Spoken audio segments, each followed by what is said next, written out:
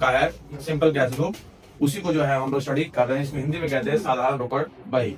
ये just like जैसे cash book just like cash account की तरह ही होता है। इसमें टोटल कैश ट्रांजेक्शन को लिखा जाएगा, जो कैश आएगा जो कैश जाएगा। यानी कि अगर देखा जाए तो टोटल कैश बुक में 10 कॉलम आपके सामने है, 10 खाने हैं। यानी डीआर साइड में देखिए 4 है, 5 है, डेट, पार्टिकुलर, वाउचर्स नंबर, इसको बीएन मतलब वाउचर्स नंबर। कोई भी सामानों का जो खरीद बिक्री होता है, बाइंग सेलिंग होता है, तो जो रिसीविंग मिलता है मुझे, जो रसीद मिलता है, उस पर एक नंबर आता है जिसको हम वाउचर नंबर के नाम से जानते हैं। एलएस मतलब होता है लेजर वैल्यू। अगर हम चाहें तो कैश बुक को कैश अकाउंट में कन्वर्ट करके बना सकते हैं, कोई दिक्कत नहीं है। फिर इसमें डीआर साइड का अमाउंट हो जाएगा। ये सीआर साइड में 5 कॉलम होगी, यानी कि date, particular, vouchers number, LF और अमाउंट। फिर डीआर सीआर मिलाकर टोटल कैश बुक में 10 कॉलम होते हैं। और इसमें जैसे कि आपको जर्नल याद अगर नहीं है, मान लिया जाए, तो भी कोई बात नहीं, बहुत सिंपल सा फॉर्मेट है। यानी कि डीआर साइड में आप रियल अकाउंट के रूल जानते हैं कि debit what's coming in credit what's goes out. जो आएगा वो डेबिट होगा, जो जाएगा वो क्रेडिट होगा। तो डेबिट को ही शॉर्ट में हम लोग डीआर कहते हैं, जो यहाँ पे है, और क्रेडिट को शॉर्ट में क्या कहते हैं, सीआर कहते हैं। यानी जो भी पैसा हमारे पास से जाएगा वो डायरेक्ट हम सीआर में लिख देंगे, और जो भी अमाउंट मेरे पास आएगा, रुपया आएगा, धन आएगा, वो हम डीआर में लिख देंगे। कुछ सोचिए, अगर कोई सामान बेचेंगे, कोई सामान अगर बेच दिए, हम लोग का बिजनेस है ना, हम लोग का बिजनेस है, तो कोई सामान अगर बेचेंगे तो क्या होगा, पैसा आएगा। कोई सामान खरीदेंगे तो पैसा जाएगा। बस इसी लॉजिक पर चलना है। ब्याज मिलेगा, इंटरेस्ट रिसीव हुआ तो पैसा आएगा डीआर में, इंटरेस्ट पेड करेंगे तो पैसा जाएगा। तो सिंपल सा बात है, खरीदेंगे, कोई सामान खरीदेंगे, आपको समझिए, आप एक कॉपी खरीदते हैं तो क्या होगा, पैसा जाएगा। इसमें ये हमें देखना है कि कैश आ रहा है कि कैश जा रहा है। और कैश आएगा कम होगा तो डीआर में, कैश जाएगा क्या होगा, सीआर में। ठीक है।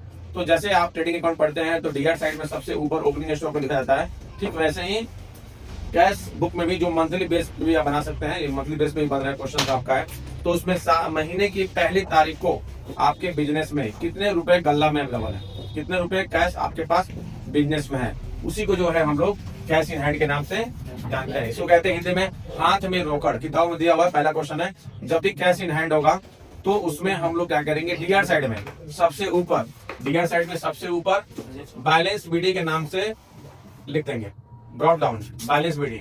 अमाउंट कितना है जी, 24,000। ये अपने आप लिखा जाएगा यहाँ पे, क्योंकि ये जुलाई महीने की पहली तारीख आपका कैश का बैलेंस है।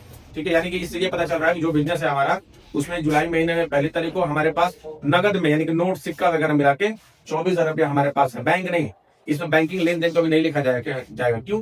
क्योंकि ये हमारा cash book simple cash book है। सिंपल कैश बुक में केवल कैश वाले को लिखा जाएगा। डबल कलम कैश बुक जब आएगा तो बताया जाएगा, मतलब कि इसमें बैंकिंग लेन देन को इसमें सिंपल कैश बुक में नहीं लिखा जाएगा, वो डबल ट्रिपल में लिखा जाता है। ठीक है। दूसरा अगर देखा जाए तो सोचना है, क्या क्वेश्चन है 5 जुलाई में, कैश रिसीव फ्रॉम बाबू। बाबू सोना नाम सुना है ना, तुम मेरी होना। और उसके बाद सब्जी लेके बेचना रोड पे, आलू ले ले, बैगन ले, टमाटर ले ले, होता है ना। तो बाबू सोना के चक्कर में नहीं पढ़ना, लेकिन क्वेश्चन है तो पढ़ जाते हैं हम लोग। क्या जी, तो कैश रिसीव फ्रॉम बाबू, बाबू से पैसा मिला है। तो लड़कियों को बाबू से पैसा मिलता है, लड़कों को क्या मिलता है, लड़कों को तो सोना से पैसा मिलता है। तो पैसा मिलेगा, क्या करेंगे यहाँ पे, टू लिख देंगे, टू बाबू। 8,000। अमाउंट कितना है जी, जुलाई 5। इसका 1 जुलाई था कैश वाले का। अब आगे बढ़िए, केवल कैश वाले को लिखेंगे, अगर उधार खरीदेंगे बेचेंगे तो नहीं लिखा जाएगा। यानी ये हमारा हो गया, ये हो गया। नंबर 3 आते हैं जो जुलाई 10 को दिया हुआ है, क्या परचेज गुड्स फ्रॉम अनिल। ये हमारा ऑन क्रेडिट हुआ, यानी हिंदी में कहते हैं इसको, अनिल से बाकी सामान खरीदे। तो बाकी खरीदे हैं भाई, तो बाकी वाले के लिए कैश बुक में क्या है, नो एंट्री है, इसमें नहीं लिखा जाएगा। ठीक है। क्योंकि कैश बुक में क्या है, कैश बुक में केवल नगद वाला ही लिखा जाएगा, कैश वाला ही लिखा जाएगा। बाकी खरीदेंगे, बाकी बेचेंगे, आउटस्टैंडिंग वगैरह वगैरह इसमें नहीं लिखा जाता है, क्योंकि कैश से काउंटिंग है। सेकंड आ गया था 15 में, सोल्ड गुड्स फॉर कैश। हम लोग का बिजनेस है, सामान बेचे हैं और पैसा आया है। क्या जी, लकी शर्मा कैसे है वो, क्या होगा, सामान बेचे हैं पैसा आया तो सेल्स होगा। जर्नल क्या होगा इसका, कैश अकाउंट दिया तो सेल्स अकाउंट होगा ना जी। इसका जर्नल क्या होगा, इसका जर्नल होगा, ये जर्नल तो खैर करना नहीं क्योंकि सब डिवीजन ऑफ जर्नल है, लेकिन समझने के लिए आप मैंने कि आप घर पे इसको यूज कर सकते हैं इस ट्रिक को।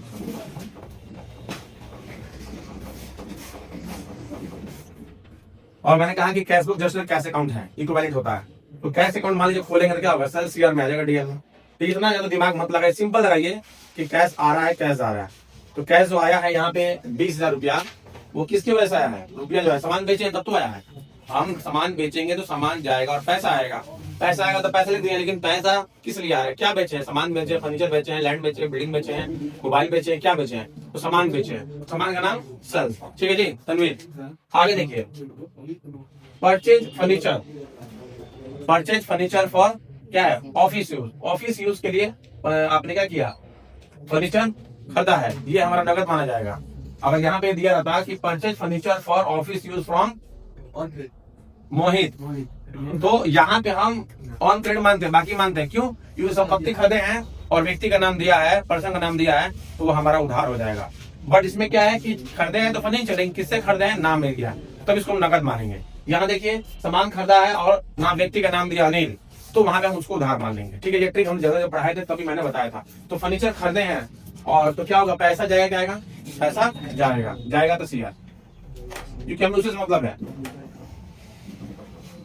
हाँ फर्नीचर अकाउंट कितना अमाउंट है, 500 रुपए का फर्नीचर खरीदे हैं, पीढ़ा बड़ा होगा, अच्छा प्लास्टिक कुर्सी होगा जो शादी के अंदर का रहता है वही होगा,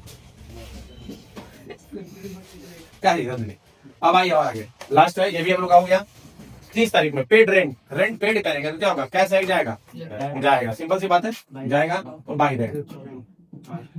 हाँ रेंट पेड का एंट्री क्या होता है, rent account debit to cash account, cash खोलेंगे, रेंट डीआर में है आ जाएगा सर में, समझ रही है।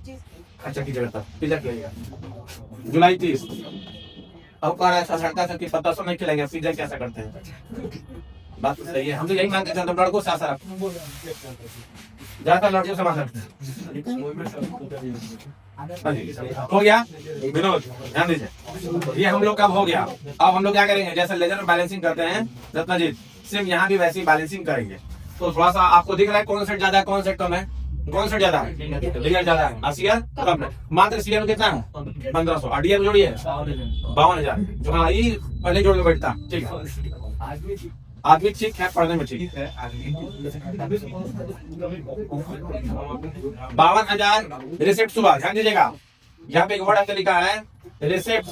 आपका बिजनेस है, अब और डिटेल में कर दो, थोड़ा ध्यान दीजिए, और डिटेल में कर रहा हूँ। डीआर मतलब क्या, आपका बिजनेस है, जुलाई की 1 तारीख को आदित्य आपके बिजनेस में गल्ला में 24,000 रुपया अवेलेबल था है, उसके बाद आपने बाबू से पैसा लिया 8,000 रुपया, उसने दिया बाबू ने दिया है तो हमने लिया है, दिया किसने, सुना नहीं दिया होगा, बाबू ने लिया, काम खत्म।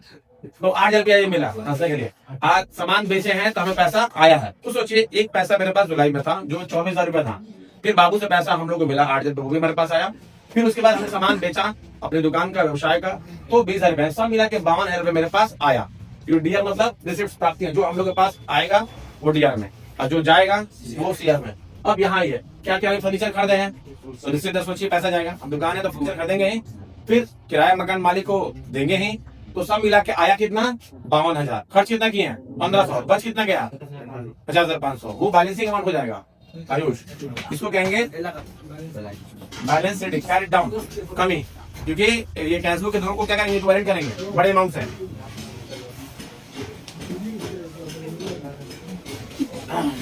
और बैलेंस शीट का डेट क्या होगा, जुलाई 31 का महीना है, इसका तो कोई डेट नहीं दिया है, ये तो बैलेंस शीट ही अपने मन से होता है महीने की अंतिम तारीख को, तो जुलाई जो महीना चल रहा है उसकी अंतिम तारीख क्या है 31 है, तो यहाँ पे हो जाएगा 31।